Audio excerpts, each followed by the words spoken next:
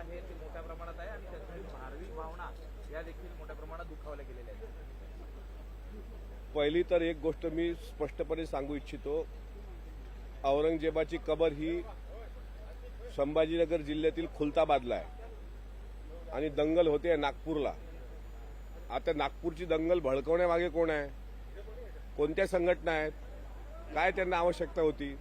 रमजानचा महिना सुरू असताना सकाळी 4 वाजतापासून गरीब समाजाची लोक, मुस्लिम समाजाची लोक त्यांच्या उपवासामध्ये संध्याकाळी 6 वाजेपर्यंत असतात।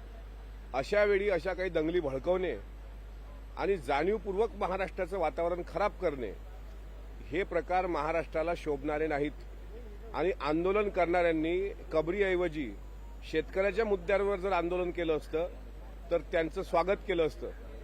आणि ज्या लोकांनी ही दंगल भडकवली त्यांना माझा थेट सवाल आहे की प्रशांत कोरटकर हा जो नागपूरमध्ये राहिला आणि ज्या प्रशांत कोरटकरनी अलीकडेच छत्रपती शिवाजी महाराजांपासून राजमाता जिजाऊ साहेबांबद्दल अपशब्द वापरले, त्यावेळी ही लोक कुठे होती? छावा चित्रपटामध्ये औरंगजेबाकरवी संभाजीराजांचे हालहाल करून त्यांना मारलं गेलं, हा आपण इतिहास जरी बघितला हे वास्तव आहे। पण अलीकडच्या काळात मस्साजोगचे सरपंच स्वर्गीय संतोषअण्णा देशमुख यांची सुद्धा हत्या करून मारेकरी हसत होते आणि त्यांना अद्यापही न्याय मिळाला नाही। एक आरोपी अद्यापही मोकाट आहे, कृष्णा आंधळे नावाचा, तो पकडण्याकरता जर तुम्ही आंदोलन केलं असतं तर तुमचं स्वागत केलं असतं। याच्याही पुढे जाऊन सांगतो, परभणीमध्ये एक पाथरवट समाजाच्या विद्यार्थ्याची सूर्यवंशी ज्या प्रकारे पोलीस कस्टडीमध्ये त्याचा मृत्यू झाला, त्याच्या चौकशी करता आंदोलन केलं असतं तर आम्ही समजू शकलो असतो। शेतकऱ्यांच्या मालाचे भाव गडगडले किंवा काल नागरगोजे नावाचे सरपंच शिक्षक यांनी मला वाटतं 18 वर्षापासून त्यांना पगार भेटत नाही, त्याकरता सुसाईड नोट 3 वर्षाच्या मुलीला लिहिली, त्यावेळेस तुमच्या भावना का नाही दुखल्या? त्यावेळेस तुम्हाला वाईट का नाही वाटलं? 3 पानाचं पत्र लिहून एका शेतकऱ्यांनी बुलढाण्यामध्ये आत्महत्या केली, तो विषय महत्वाचा नव्हता का? म्हणजे अशा विषयाला बगल देण्याकरता आणि आज तर सभागृहाचं कामकाजच औरंगजेबानी दंगलीवर बंद पडेल, म्हणजे 15 दिवसात सभागृहात एकही चर्चेला मुद्दा शेतकऱ्यांचा न येणं हे मला वाटतं महाराष्ट्राचं दुर्दैव आहे। आणि इथून पुढे आता राहिलेलं जे काही अधिवेशन असेल त्यात तर निदान शेतकऱ्यांबद्दल बोला। नागपूरची दंगल ही महाराष्ट्राला परवडणारी नाही। आरोपी मोकाट आहेत, आरोपींना शोधण्याचं काम पोलिसांचं आहे।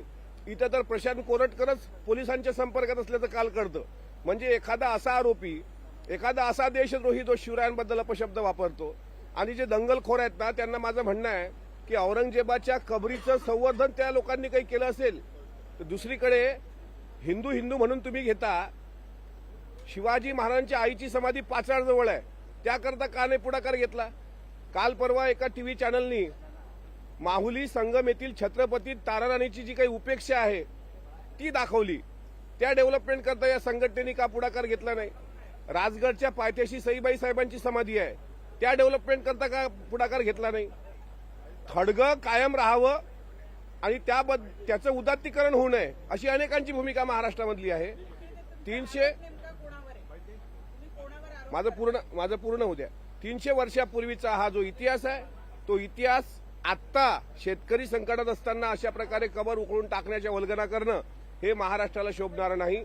आता राहिला तुमचा प्रश्न, ज्या संघटनांनी ह्या दंगली घडवल्या, ज्यांनी त्या मजारवरची चादर काढली, कोणी गाळ्या जाळल्या, कोणी मुसलमानांच्या घरात जाऊन तलवारी घेऊन जातंय आणि मग साहजिक आहे एका गटाकडून प्रतिक्रिया आली तर दुसऱ्या गटाकडून प्रतिक्रिया येणं साहजिक आहे। मी कोणाची बाजू घेत नाही, पण एक गोष्ट मात्र स्पष्ट आहे की अशा घडीला ज्यावेळेस महाराष्ट्र आणि महाराष्ट्रावरील शेतकऱ्यांवर महाराष्ट्रातील मोठं संकट असताना अशा प्रकारच्या दंगली महाराष्ट्रात होणं हे अशोभनीय आहे।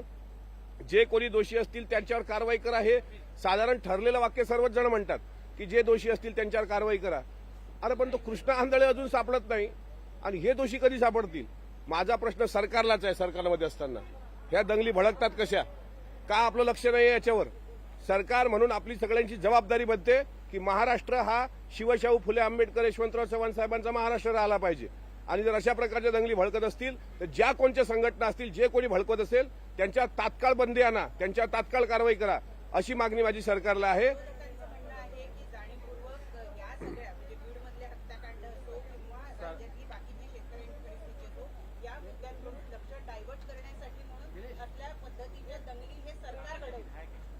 विरोधकांचा निशाणा सरकारवर असणं ही विरोधी पक्षाची भूमिका त्यांना लखलाभ. मी सरकारमध्ये आहे, पण माझा सरकारला सवाल हाच आहे की अशा प्रकारच्या दंगली महाराष्ट्रात होणार नाहीत, याकरता आपण काही काळजी घेणार आहोत की नाही. हे परवडणारे नाही आहेत. मग काय होतं, मूळ मुद्द्यावरून लक्ष विचलित होतं. मूळ मुद्दे महाराष्ट्राचे वेगळे आहेत. औरंगजेबाची कबर हा महाराष्ट्राचा विषय आताच्या घडीला असू शकत नाही. नितेश राणे सातत्याने स्टेटमेंट करत आलेले आहेत. कुठेतरी धार्मिक तेढ निर्माण करण्याचं एक प्रकारे त्यांचे स्टेटमेंट होते. या सगळ्याचा परिपाक आहे का की आता हे सर्व दंगली उचलायला सुरुवात होईल? हे बघा, त्यांचे सर्व स्टेटमेंट त्यांनी वैयक्तिकरित्या मांडलेले आहेत. आता त्या स्टेटमेंटबद्दल त्यांनीच अधिक खुलासा केला पाहिजे. परवा त्यांनी शिवाजी महाराजांच्या इतिहासासंदर्भात बोललेत ते. मी हा आठवडा संपण्यापूर्वी कालही सांगितलं होतं का इतिहासाची पुस्तकं त्या दोघांना आणून देतो, म्हणजे अतुल भातखळकर आणि राणे साहेबांना, की वाचा ना शिवचरित्रामध्ये काय. तुमच्या चॅनलनी तर बातमी शिवाजी महाराजांच्या पुस्तकात किती मुस्लिम महाराजांच्या सैन्यामध्ये होते हे सगळं तुम्ही दाखवलंय पत्रकार भावांनी. तुम्ही म्हणता म्हणून तसा इतिहास तुमच्या सोयीचा असू शकत नाही. शिवाजी महाराजांचा इतिहास तुम्ही रंगवता तसाही नाही. रियासतकार सरदेसाईंपासून न्यायमूर्ती गोविंद महादेव रानडेंपर्यंत आणि अगदी जयसिंगराव पवार सरांपासून यदुनाथ थत्तेंपर्यंत सर्वांनी शिवचरित्राचा अभ्यास केलाय. त्यामुळे हे सांगतात तसं शिवचरित्र होऊ शकत नाही. म्हणून सर्वांनीच, सरकारमधले मंत्री असो, विरोधी पक्षातले नेते असो, यांची जबाबदारी आहे की आपण महाराष्ट्राच्या सदनामध्ये आहोत. आणि शेवटी एक गोष्ट लक्षात घ्या, सगळ्यांनी, कुठलंही एखादं सरकार स्थापन झालं, मग ते महाविकास आघाडीचं होतं, आता महायुतीचं सरकार आहे, पण या सरकारमध्ये सर्व धर्माला राहण्याचा अधिकार आहे की नाही. हिंदूंना राहण्याचा अधिकार आहे, तसा मुस्लिमांना आहे, ख्रिश्चनांना आहे. हिंदूंच्या होळींवर तर कधी मुस्लिमांनी अटॅक नाही केला. आणि आता जे काही शेवटी का असते, आतंकवादाला आणि आरोपीला जात नसते. साध्वी प्रज्ञाचं उदाहरण ताजं आहे मालेगावमधलं. ते काय हिंदू होते की मुस्लिम होते हा प्रश्न नाही, पण ज्या पद्धतीचे बॉम्बस्फोटाचे खटले निकाली लागायला सुरुवात झाली किंवा समोर नावं यायला लागली, यामध्ये हिंदू मुस्लिम विषय येत नाही. विषय येतो महाराष्ट्रात कायदा आणि सुव्यवस्था ही अबाधित राहावी. त्याकरता मंत्र्यांनी सुद्धा, आमदारांनी सुद्धा जबाबदारीनं बोललं पाहिजे. अशा प्रकारे दोन्ही समाजात तेढ निर्माण होईल असं वक्तव्य कोणी करू नये.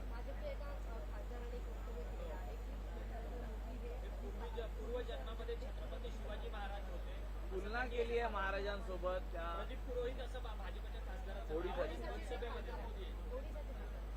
आता असं आहे, ज्याला जे काही बोलायचं असते ते बोलतो, पण छत्रपती शिवाजी महाराजांची तुलना ही फक्त छत्रपती शिवाजी महाराजांसोबतच होऊ शकते.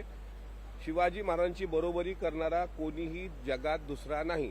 आणि हे जर तो बोलला असेल संबंधित खासदार, तर ते मोदीजींना सुद्धा पटलेलं नाही. कारण मोदीजींनी कधी स्वतःची तुलना शिवाजी महाराजांसोबत केली नाही. पण त्यांच्या पक्षात असे काही अर्ध्या हळकुंडानं, आता तो टी राजा, तो तिकडून आला आणि कबर काढतो म्हणते. तुझ्यात हिंमत आहे तर तू सबर हो ना सर्वात. ज्याला औरंगजेबाची कबर काढायची आहे ना, त्याच्या हातात कुदळ फावलं द्या आणि त्याला म्हणा तू सर्वात सबर हो. कशाला तू सर्वसामान्य हिंदू मुसलमानांच्या पोराला नादाला लावतोय, आमच्या महाराष्ट्रातलं वातावरण कशाला खराब करतोय. त्यामुळे अशा प्रकारची लोक फक्त आणि फक्त काहीतरी लक्ष विचलित करण्याकरता हे करतात. नरेंद्र मोदीजींनी कधी स्वतः शिवरायांची तुलना स्वतःसोबत केली नाही. पण अशी तुलना जर कोणी केलं असेल तर तो महामूर्ख आहे. राज्यातला कायदा व सुव्यवस्था जो उत्पन्न झाला आहे, छत्रपती शिवाजी महाराजांसोबत नरेंद्र मोदींची तुलना ही काही आत्ताची नाहीये, परंतु अनेक वक्तव्य भाजपच्या नेत्यांकडनं होतात, त्यांच्या बॅनरबाजी, पोस्टरबाजीमधनं होतात. एखादा नवीन इतिहास भाजपकडनं घडवून पाहतोय का, असा प्रश्न निर्माण होतो. तो प्रश्न तुम्ही भाजपलाच विचारा. साहेब, सोबत आहात त्यांच्या आता. सोबत असलं म्हणजे त्यांच्या प्रश्नाचं उत्तर मी दिलंच पाहिजे असं नाही ना. उद्या भाजप माझा मित्र पक्ष आहे, त्यांनी एखादं वक्तव्य केलं तर मी फक्त माझं मत मांडू शकतो. राज्यात कायदा व सुव्यवस्थेचा प्रश्न उद्भवलेला आहे, याला सर्वस्वी जबाबदार हे सरकार आहे. आणि हे सरकार हे संपूर्ण हाताळण्यात अपयशी ठरलेलं आहे. मस्साजोगचं प्रकरण असेल, मी बोललो, असेल, मी स्वतः बोललो. तुमचं मत काय आहे? गृह खातं अपयशी ठरलंय या सगळ्या गोष्टी. मी कुठल्या खात्याचं अपयश आहे असं मी म्हणणार नाही. आणि हे बघा, सरकारच्या काळामध्ये अनेक काळात अशा घटना आहेत की अनेक काळात अशा दंगली घडल्या, पण दंगली घडल्यानंतर सुद्धा अशा दंगली परत घडू नये याची जबाबदारी घेणं हे सरकारचं काम असतं. तुम्ही जे मुद्दे मांडलेत ते अगोदरच मी बोललेलो आहे. महाराष्ट्राचे मूळ मुद्दे हे वेगळे आहेत. महाराष्ट्राचा सर्वात पहिला महत्वाचा मुद्दा आहे शेतकऱ्याच्या बाबतीतला. आणि दुर्दैवानं 15 दिवसांपासून शेतकऱ्याची चर्चा सदनामध्ये होत नाही, याचा मला अत्यंत मनापासून एक शेतकऱ्याचा पुत्र म्हणून खेद वाटतो. काल संजय राऊत यांनी सांगितलं आहे की 7 ते 8 मंत्री आहेत सरकारचे, ज्यांचा परफॉर्मन्स चांगला नाही आणि त्यांची विकेट पडणार आहे येत्या 6 महिन्यात. कोणी म्हटलं सर? संजय राऊत यांनी. संजय राऊतांना माहित आता काल सुप्रियातांनी 1 सांगितलं, संजय राऊतांनी 8 सांगितले, आणखी कोणी 10 सांगेल. ठीक आहे, आता काय बोलणार त्याच्यावर? सवाल में जो हिंसा हुई है उसको लेकर हाँ? अमोल हा? महाभारतातले संजय बुद्धिमान होते. जो नागपुर में हिंसा हुई है, आपको लग रहा था ये जो माहौल तैयार हुआ था, लगातार बयान आ रहे थे नीतीश राणे के, और ये कल हुआ, ये एंटिसिपेटेड था या अचानक से ये होने वाली घटना आपको लगता है? जिस तरीके से माहौल कल नागपुर में हुआ, हालांकि नागपुर और खुलताबाद का दूर दूर से कोई संबंध नहीं आता. खुलताबाद है संभाजीनगर में और नागपुर आ रहा है विदर्भ में. और नागपुर के लोग जिस तरीके की ये हिंसा, जिस तरीके की वहां पे ये घटना घटित हुई, मैं उनसे सवाल पूछना चाहता हूं, आप किस लिए आंदोलन कर रहे हो? तो औरंगजेब की कब्र हटाने के लिए.